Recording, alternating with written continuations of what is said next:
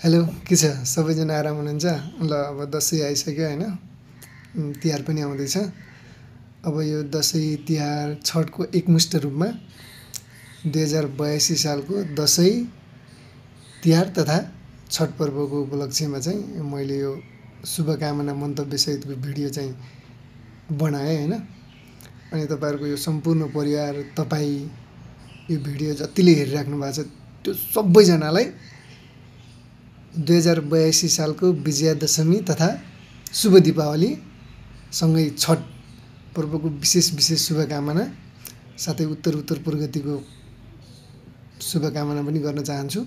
एकदम स्वस्थ रहनुस्, मस्त रहनुस्।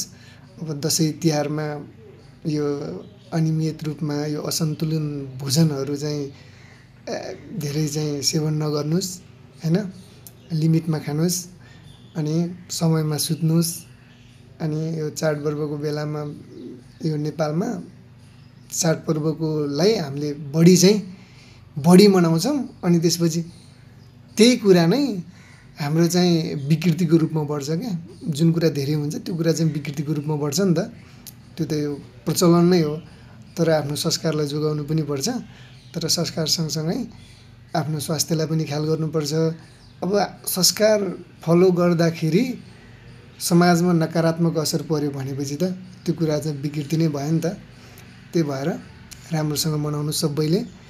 अब स्पेसल मेरो आफन्तजनहरूले हेर्नुहुन्छ होला यो भिडियो हैन, उहाँहरूले पनि सबैले मेरो साथीभाइहरूले हैन सबले चाहिँ राम्रो तरिकाले रमाइलो तरिकाले मनाउनुस्। जो जहाँ भए पनि एकदम सुरक्षित तरिकाले मनाउनुस्, रमाइलो तरिकाले मनाउनुस्। अब सबैको भेटघाट हुन्छ हुँदैन, अब भेटघाट नहुँदा नरमाइलो लाग्छ, तर ठिक छ, यस्तै हो जिन्दगीमा। सबैसँग भेट गर्नुपर्छ, गर्नुपर्ने हो, तर सबैसँग भेट गर्नको लागि सधैँ अनुकूल समय मिल्छ भन्ने पनि त छैन नि त। त्यही भएर त्यो कुराको चिन्ता नगर्नुस्, आफ्नो तरिकाले मनाउनुस्, आफ्नो काम गर्नुस्। नियमित काम कारबाही गर्नै पर्छ हैन।